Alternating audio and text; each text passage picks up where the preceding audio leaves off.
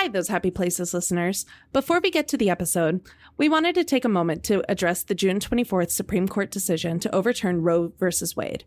This decision stripped away the legal right to have a safe and legal abortion. Restricting access to comprehensive reproductive care, including abortion, threatens the health and independence of all Americans. This decision could also lead to the loss of other rights. To learn more about what you can do to help, go to podvoices.help. We encourage you to speak up, take care, and spread the word.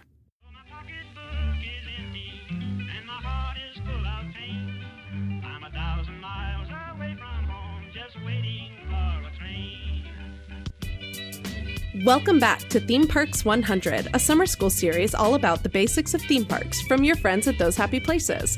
Class is now in session. I'm Alice White. And I'm Buddy Duquesne. Buddy, this is class number 102, and we're talking all about attractions today. Yeah, the question that we set out to answer by the end of this episode is, what is an attraction? And then why are attractions such an important thing, worth treating like literature? Because, as you know, Those Happy Places is the podcast that treats theme parks, rides, and attractions like literature. Right. But, you know, why attractions in the first place? How do attractions relate to theme parks? What makes an attraction? And then, finally, why treat an attraction like the literature that we treat it as? So this is an extremely important concept that, once again, realizing years into Those Happy Places, that we just never stopped to consider aloud on the podcast. Absolutely. We use the word attraction all the time. We use the word attraction when talking about rides, but also when talking about things that aren't rides in theme parks. And it's the reason why the words rides and attraction are separate in our little log line, theme parks, rides, and attractions, is that an attraction is not necessarily a ride. When you think of a theme park, you might be thinking of a park that's full of things to ride on. But if you want a better exploration into what theme parks are, you should go back a lesson and listen to listen to 101. All about theme parks. But today we're talking about attractions. So, Buddy, what's an attraction? That's a good question. A ride is an attraction. An attraction isn't a ride, necessarily. Okay. So once again, we are doing a Venn diagram where one of the circles is a circle in the circle, if that makes any sense. I know that makes great audio. Super good audio. But an attraction is, at its most basic level, and in our wind up to this episode, in our conversations about this, an attraction, we decided, is anything that draws people to that thing. Usually for the purposes of delight and entertainment. Though that hasn't always historically been the case, and that is part of the conversation we'll have at the end of this episode. But for the sake of setting a baseline here, an attraction is something that you are drawn to be delighted, surprised, or otherwise entertained by. Sure. Could we even say that an attraction is something that attracts people to it? I would never say that, because that would mean that magnets would be attractions. Okay, so then we're speaking more specifically, not just something that attracts people to it, but rather something that draws somebody in for the purposes of entertainment. So when we're talking about theme parks and we're talking about attractions as part of theme parks, we're talking about something that draws the attention, that draws the eye, that draws a person to it for an experience. Yeah, I mean, I was being a little goofy back there where I said I would never say that an attraction is simply something that attracts people. All sorts of things attract people without being expressly for the purpose of entertainment. There are things that attract people because they need that thing. Things like public resources, or events that are not meant to be fun, but that are a necessity. There are all sorts of things that gather people together that are not attractions. And there are all sorts of buildings and places that draw people together that I would not qualify as attractions. There are even some that kind of ride the line between attractions and not attractions. I'm thinking of something like the Notre Dame Cathedral in France. Have you heard of this place? Yes, I am familiar. Kind of famous. Big famous church. There in the middle of Paris. Greatly historical. A landmark, a cultural heritage site, kind of a big deal. Right. Many people use Notre Dame Cathedral to be a place of worship. And I think it would be disrespectful to say that that is them interacting with it as an attraction. Right. It can be both. It can act as an attraction, a tourist attraction, if you will, and also act as a place where people gather for worship or for other church events. It is an active church where mass is held regularly. And it does function both ways at the same time. Like, you can be on a tour during services and masses. Oh, yeah, I did that once. You can be walking around through the back while people are engaged in the act of worship, right? So in that way, it would be an attraction. It was something that drew you, that you wanted to be surprised, delighted, otherwise entertained, informed by. It's big and beautiful, so there is also, there's an element of scale. And an element of, majesty and wonder to all of it as well. So there's like multiple layers going on here. So I think that Notre Dame, the attraction, exists, as well as Notre Dame, the house of worship, that would not be considered an attraction. And those are both valid uses of the same space, I think. Yeah, I think that's a very important distinction to make. And so what we're talking about, though, is the version of the word attraction, the definition of attraction as it relates to theme parks. So we are talking about attractions within theme parks or attractions that could maybe on their own be considered like a theme park. Yeah. I'm thinking of like roadside attractions. Exactly. We've covered a couple of roadside attractions on this podcast. Things that are meant to attract visitors by their nature, either because people already know about them and they're famous, and there is a promise of surprise or delight or intrigue, or, just some kind of outside of the ordinary experience, or that draw people in because of the intrigue, of the mystery. Perhaps most infamously on this show, we went to the mystery spot in the Santa Cruz Mountains to find out what the mystery spot was more than anything else. Right. We had seen the bumper stickers. We had seen the advertisements. We had heard about the mystery spot, but we didn't know what to expect. And so the bumper stickers and the word of mouth and the advertisements and everything attracted us in to see this great mystery and what is the mystery of the mystery spot. And we had a great time. We recorded an episode about it. I believe it's available on our Patreon. Yeah. And not too long ago, I finally got to the Winchester Mystery House, which is a similarly infamous sort of attraction. And the Winchester Mystery House is definitely its own thing and deserves its own episode, and we'll get there eventually. But again, why was I there? Mostly to find out what the deal was. Like, people talk about it. It's a famous attraction. It's been around for a while. There's an element of scale. Hey, that seems to be a recurring theme. But there's also the intrigue. Like, what will this be? There was also a level of informing that was going on, because a lot of attractions, they're kind of trivial, for lack of a better word. Like, they have trivia about them. And so there's a kind of collecting aspect to that trivia, to tell people, like, did you know that the Winchester Mystery House has over 100 doors that lead to nothing, or something like that? I forget the actual numbers. And so there's kind of also that like that finding out, that discovery that is meant to draw you in. Now, Alice, let's do a hypothetical. Let's say you're driving on a long and lonesome highway in the western United States somewhere, the sort of highway that you might be very familiar with. Mm-hmm. And you see a sign that says 25 miles, world's largest ball of yarn.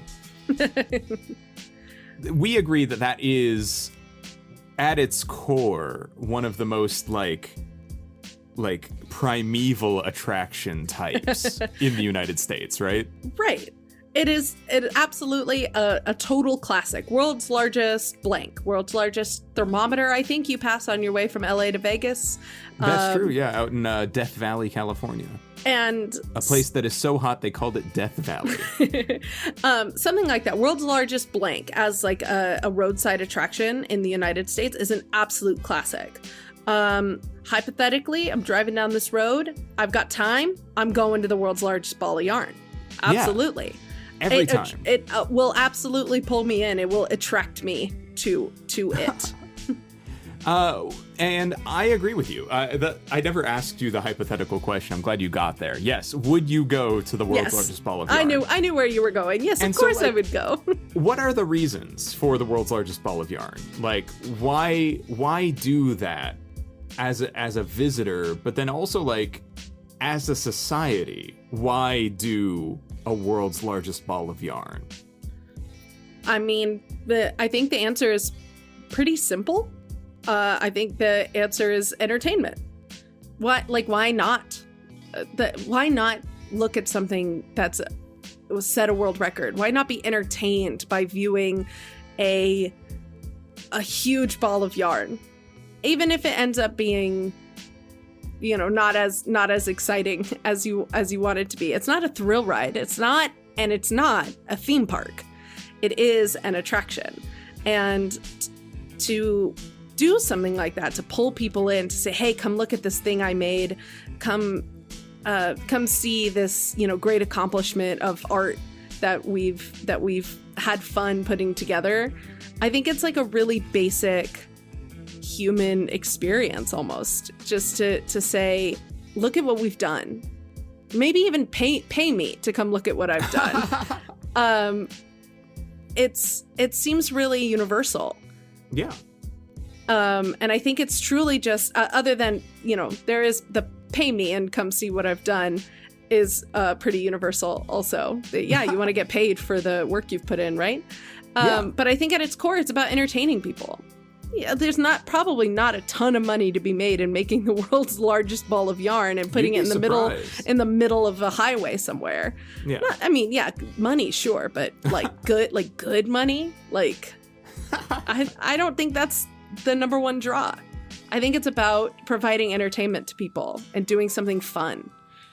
Yeah, I agree. And I think if given the choice between an ordinary rest stop and a rest stop that includes a superlative like the world's largest blank, whatever it may be, I would rather take a picture in front of the world's largest blank, or get a postcard from the world's largest blank, or a t-shirt that shows a picture of the world's largest blank, whatever that blank may be, right? Yep. And so capitalism is partially the answer. I will agree with you. But you started to get to something that I want to highlight. And that is, and I used the word primeval earlier, but yeah, like primevally human. Like, check this out. Like, isn't this interesting? Can't you tell a story about when you saw this?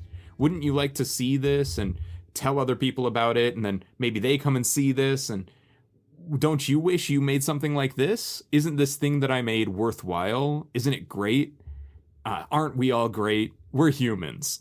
It feels very, very like locked in to our nature as a species to want to show each other cool stuff. And I think that's a very like human forward way of thinking as well. It reminds me of that writing exercise where you write sci-fi, but humans are utterly terrifying to everybody, but like in a cool way. Like, we drink alcohol and we know that it's dangerous to us, but we just think it's fun. And other aliens are just like totally upset by that. Like, they sit around making balls of yarn. They're insane from Earth. They just do that for no reason. It serves no true purpose but to make people laugh or gasp or take a selfie. There's no purpose. There's no like biological need for the world's largest ball of yarn, but why not, right? Yeah. And I think so there's that. There's this like human level, like we want to show each other cool stuff, and showcasing that stuff is an industry probably as old as time itself. But it is an industry. And so what is the relationship between attractions and theme parks? And I think we need to kind of start building from our hypothetical ball of yarn. So you're still driving on this highway, right? Right. And you saw the sign that says 25 miles, world's largest ball of yarn. A mile later, you see a sign that says 25 miles, or 24 miles, because you've gone a mile. 24 miles, the world's largest ball of yarn, and the world's largest ox. We have it. We did it, guys. We made the world's largest ox. It's also here.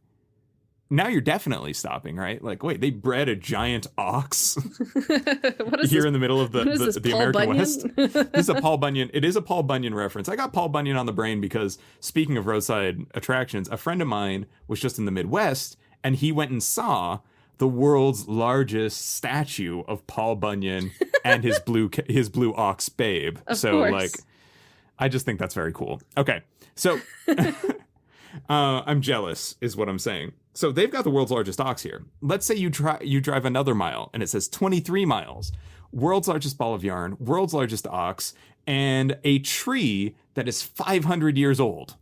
Oh, yeah, I'm definitely stopping. Now, Stop 22 miles, featuring a restaurant. Oh my God. 21 miles, and a gas station. Oh, well, I need gas. That's just practical. That's just 20 practical. miles. Gas Live station music isn't- every Friday night. Oh my gosh. Well, it's Friday right now. Let's 19 miles. Firework Fridays. go. Fridays are really the time to go to this place, this magical place. It's a Friday, so we're just trying to layer on here. And then finally you're like 15 miles away and it's like, oh yeah, we got like 5 roller coasters. What? You know? You should have led with that. That's why I want to No, go. the ball of yarn wouldn't have gotten you, but the 5 roller coasters. No, the ball of yarn Almost certainly. definitely would have. If I was driving and I just had time to spare, I got a little bit of time. I could take a little detour, stop for 20 minutes and stretch my legs. Sure, I'll go to that ball of yarn. Yeah. If I'm driving and all of a sudden there's a surprise theme park with roller coasters and I still have time to stop, I'm definitely stopping, but I might not have time. No, I'm definitely stopping. I always try to talk everybody into going on the roller coaster at State Line and between California and Nevada. State Line, Nevada, yeah. Nobody ever wants to ride the Desperado with me, and I talk.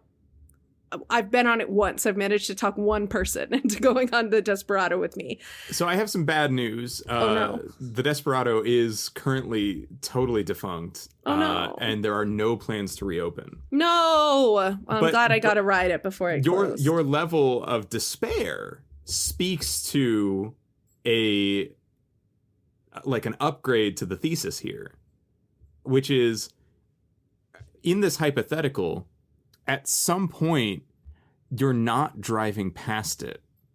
You're driving to it. Yeah. And now it's the reason you were on the road in the first place. Because there was enough stuff to surprise, delight, entertain, to fascinate. There was enough of that stuff concentrated in one place to make it an attraction in and of itself, a sort of super attraction, a theme park in essence, right? Or an amusement park. And I think that line is blurry and overlapping, and you should go listen to episode 101 of this series if you want to help us try and find that line. But honestly, like, at some point, getting all of those attractions together is in and of itself an attraction. It's, can you believe that all of this stuff is right here in Anaheim, California? That it's got a castle and a jungle and an old West fort and all of your favorite movies, and they have rides based off of them. And you can glimpse tomorrow. And you can see all of the wonderful tunes down in Toontown or visit Galaxy's Edge. This is in and of itself an attraction, and it's remarkable that there's so much going on in a theme park, because at that level, it stops being like, oh, I should check that out. Like, I have been attracted, I have been drawn in, I'll spend some money. It stops being that and becomes something like globally appealing, something that advertises itself, that doesn't need billboards anymore, that just has its own internal draw that is powerful enough to span the world. And that's theme parks, is attractions at a critical mass to the point where they become a self-sustaining attraction. And I think that's what's cool about them, and part of what connects them to those primeval roadside balls of yarn. They are the logical conclusion of that. Right. Something with as much gravity, as much GDP as several nations. A place that people plan to go to for years. In the case of Walt Disney World especially, right? And so, like, why speak about attractions and theme parks in tandem? Well, theme parks are full of attractions. Theme parks are also attractions. Right. And they're maybe some of the most powerful attractions that we've ever created as a species. Right. You went for such a large scale there. It's easy to forget that part of the original conversation was that the inside of a theme park is full of attractions. Like we originally defined attractions as things inside a theme park that's different from a ride, or that a ride can be an attraction, but not all attractions are rides. And then so inside Disneyland, you can have a show, you can have a nighttime spectacular, you can have a walkthrough, you can have a ride. And those are all attractions. You can even have something that's just there to be seen, like the castle. The castle is an attraction on its own. Look at this beautiful piece of art that is a castle. Also, guess what? There's an attraction inside the castle, and it's a walkthrough experience where you're like doing the story of Sleeping Beauty, right? Right. So the castle as an attraction has an attraction within it, which is not a ride, but a walkthrough. And the castle as an attraction with an attraction inside of it is inside the attraction that is Disneyland. Not to mention, the castle serves as the facade for several other attractions, because it's like the threshold to Fantasyland. Right. It's a nesting doll of attractions within attractions within attractions. And the idea is that each level, at each level, you are attracting people to it. You have an audience for it. You have an experience and entertainment that you're offering people at every level. And they are all attractions, and none of them are rides, because rides and attractions are different. That's true. We'll get to rides. We will get to rides in the next lesson. Right. For the moment, though, I want to add one more twist, one more caveat to what makes an attraction an attraction. I think an attraction needs to be place specific. It needs to be physical in some way, or else it needs to be exclusive. So it can move and be brought to places and be exclusive in that way, in that it's like one thing that moves around. Or it needs to be place specific and belong to a physical space. Okay. So like a traveling museum exhibit can be an attraction. It goes to different museums, but it is still the one thing. Like King Tut, for example.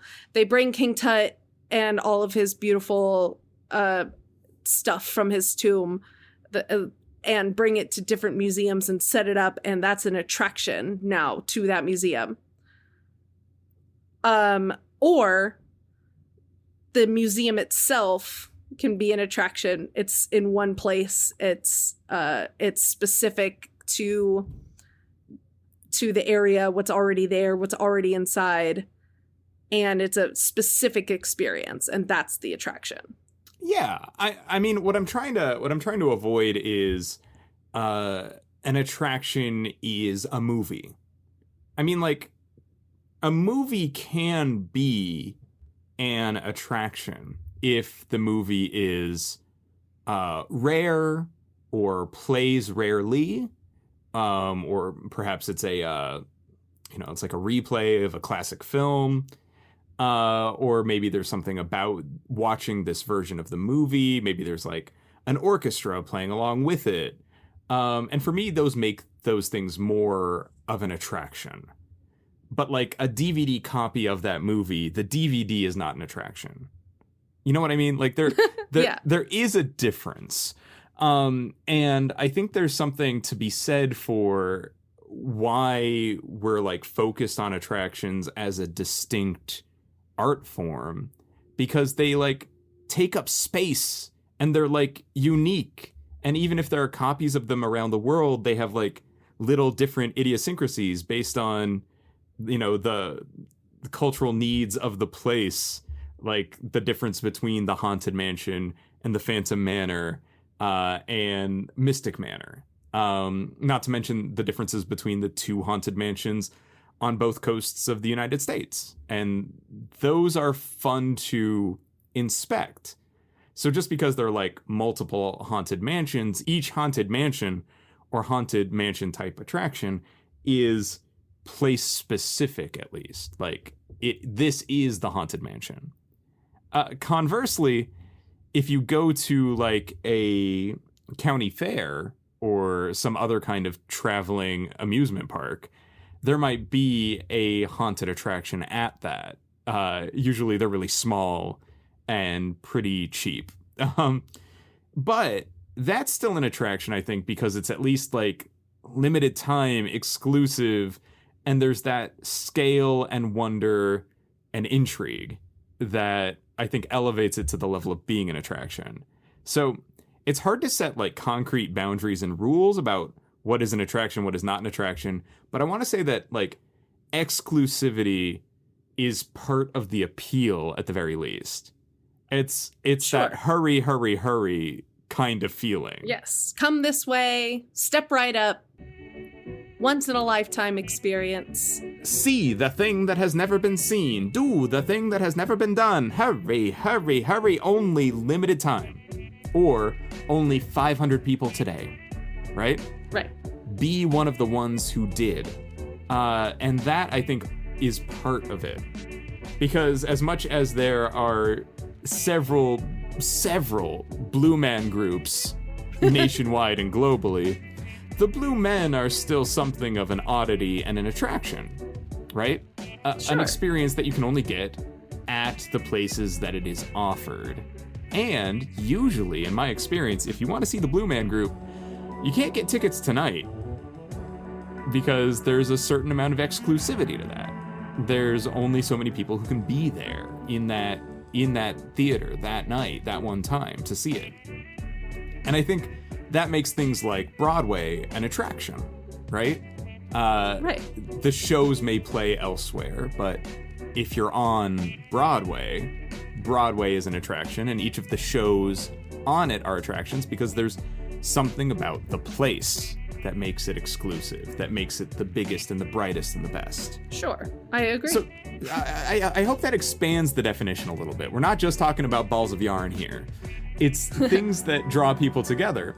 And I think almost universally, what makes an attraction is that it is, in some way, art or artfully presented. And I think that is kind of core to the experience as well. There's like creativity behind it. For me to feel like it's an attraction. Yeah. However basic the creativity may seem, just a sign or it's a billboard. You know, that's basic. But there's creativity involved in marketing and exploring, like, how to get people to come in to see your attraction. Yeah. It's not there's just a certain showmanship. Sure. Yeah, if the world's largest ball of yarn is sitting in the middle of the desert with no signage or no showmanship or anything to get you to go to it, how would you even know it was there? If the world's largest ball falls in a desert and no one's around to see it, does it make a sound? Yes, it does. And it's, I think, like a really soft thump. Yeah, it's like a boom. Probably rather pleasant, really. Yeah. Like a warm hug, but big and loud. And probably, if it's as big as they say, just kind of devastating to the local landscape. All right. So anyways, I think we've covered attractions pretty well. Was there anything else that you wanted to say about attractions? I guess what I want to, kind of get to with the last segment of this lesson is why attractions. Specifically for you, for me, for us, for this podcast, for our audience, like, why are attractions worth our analysis? Like, we have talked about some rather silly hypotheticals. We have talked about some attractions that maybe do not interest everybody. We've also talked about some ideas of things being simultaneously attractions and not. Like, why is this conversation so interesting to us? Why do we keep having it on this podcast month after month, year after year? What makes this the art form that we want to talk about? Why do we talk about attractions? We have talked about, I would go so far as to say that the word attractions may be like one of the most important parts of the log line of our show. And that we talk about some kind of attraction in, I'd say, every episode of this show. Because we don't always talk about rides and we don't always talk about like entire theme parks, but we're always talking about something that is there, that is telling us a story, that is pulling us in, that's entertaining us, that's giving us something to see and experience. And even if we're just talking about the general concept of, say, immersive theater or some of our other more general episodes, we're still talking about something that is put together by somebody to draw us in and entertain us and, yeah, take our money. And that's like the core of what a theme park is about. It's the core of what Those Happy Places is about, is that we're being entertained by, and like, we are asking ourselves to analyze the things that are entertaining us. And that's like the thesis of this show. That's why we're here, is to talk about like why and what stories are we learning and what can we analyze about not just the attraction and like how it works, but like why do things like this speak to us as humans?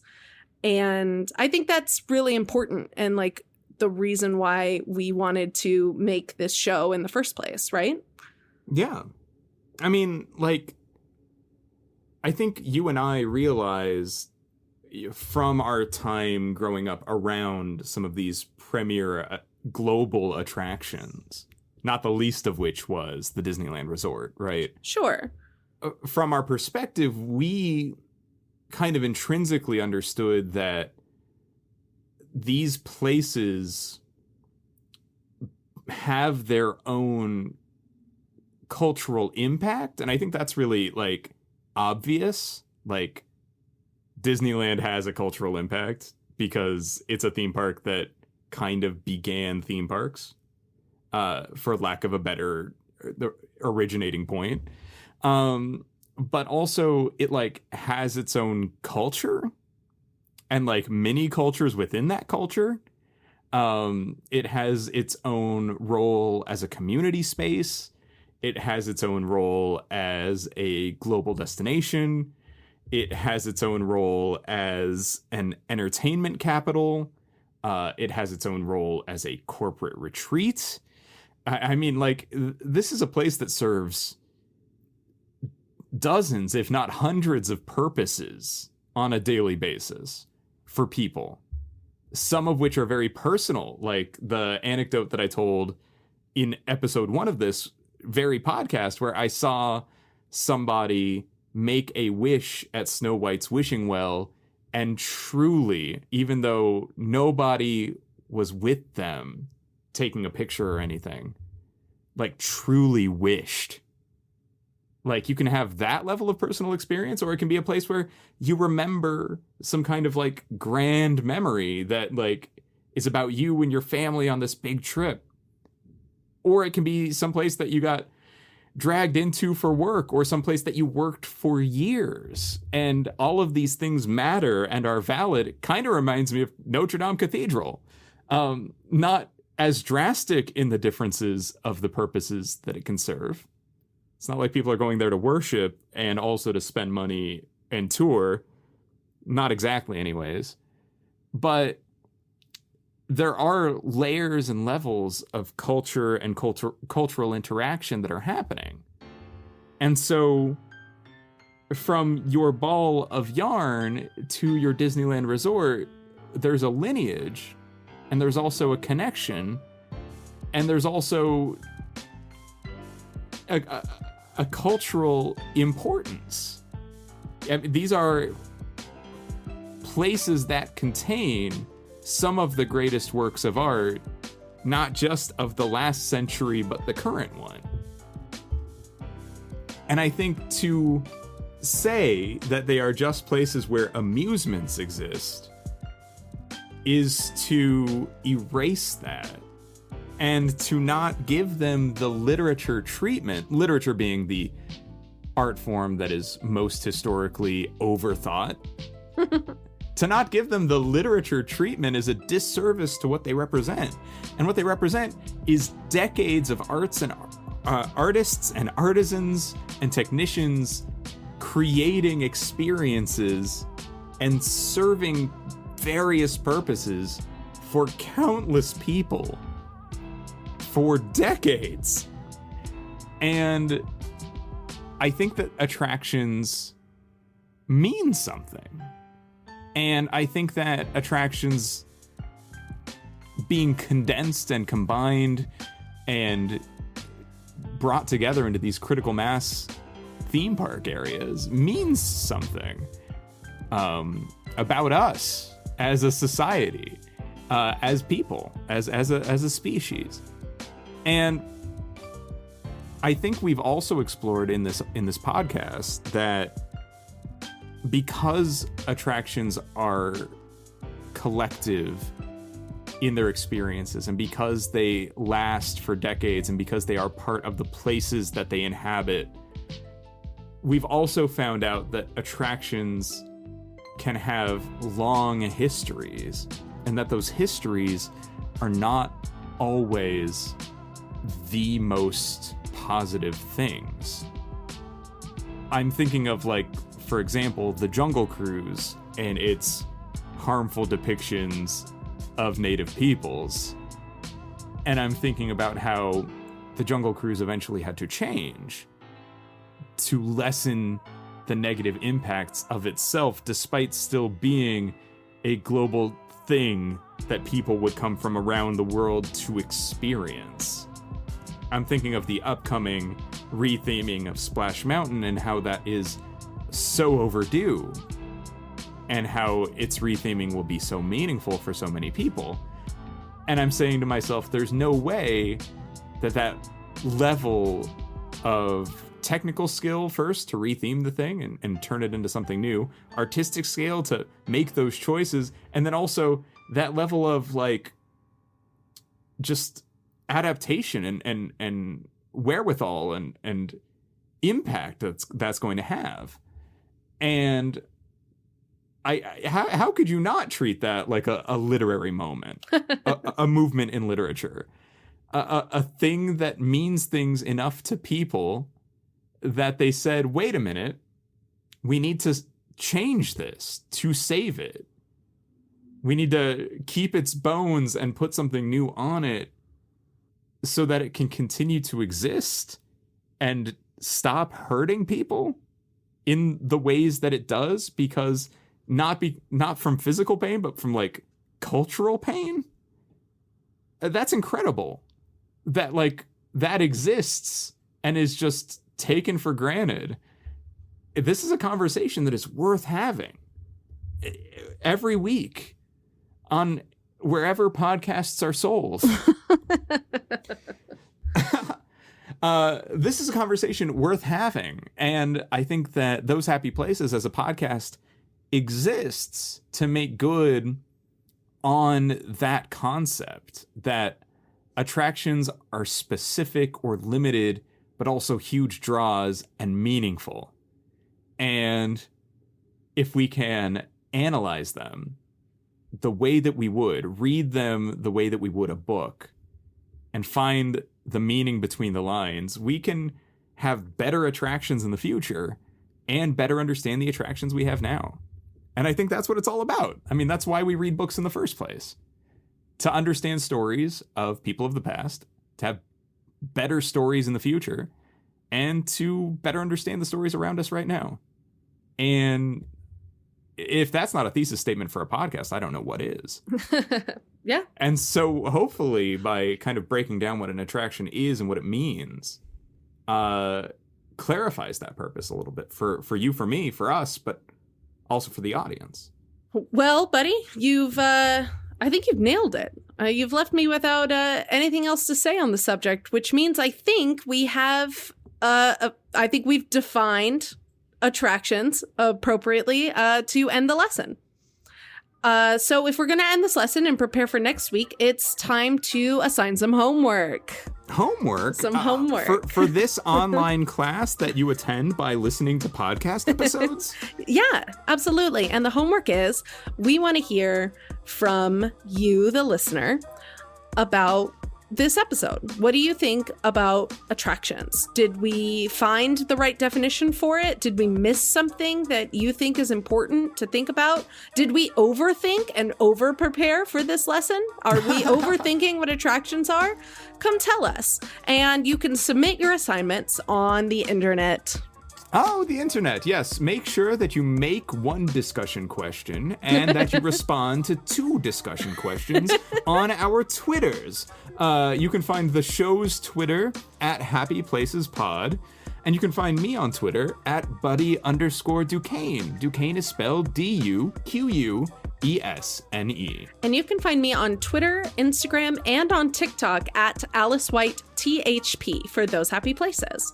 And Alice, if people really like what we do and they would like to support our impromptu university level course on theme parks with money, since we don't charge tuition for people to access this on their RSS feeds wherever podcasts are found, how could they do that?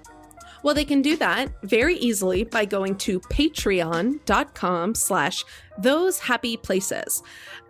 When you're over there, you can find a couple different tier levels of support. At every level, you will have access to our bonus episodes, some blog posts, some other fun content. If you want to listen to us talk about everything from theme parks to Star Wars and beyond on some of our bonus episodes, you can find those on, once again, that site is patreon.com/thosehappyplaces.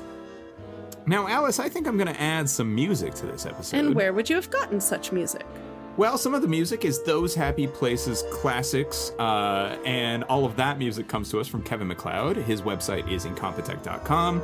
The tracks are licensed under a Creative Commons 4.0 Attributions license.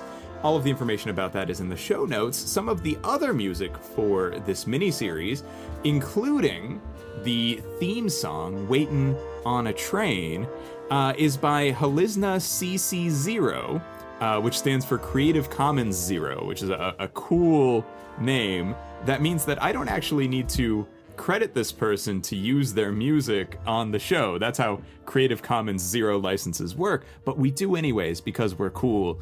All of the track names and a link to this person's free music archive page can be found in the show notes as well. And speaking of music, I do believe I hear another song ramping up in the background. Is that Golden Gate by the California Feetwarmers featuring Phil Alvin? It sure is. A wonderful song by wonderful folk. If you want to listen to more music from the Feetwarmers, you can find them at thecaliforniafeetwarmers.com. Alice, thank you so much for doing this miniseries with me. I think we're all learning a lot. Yes, we're definitely learning a lot. I thought you were very insightful and thorough today, and I really appreciate what you do for this podcast and for the world of theme park journalism. Alice, I wouldn't do any of it if it weren't for you being right here with me, helping me break these ideas down, and providing your own just thoroughly fascinating commentary that continues to stun me about what you are able to see within attractions that without your perspective we would be nothing. So we make this thing happen together, and I'm just so glad that we do. Yes. So we'll see you in the next one. Thank you, Betty. And class dismissed.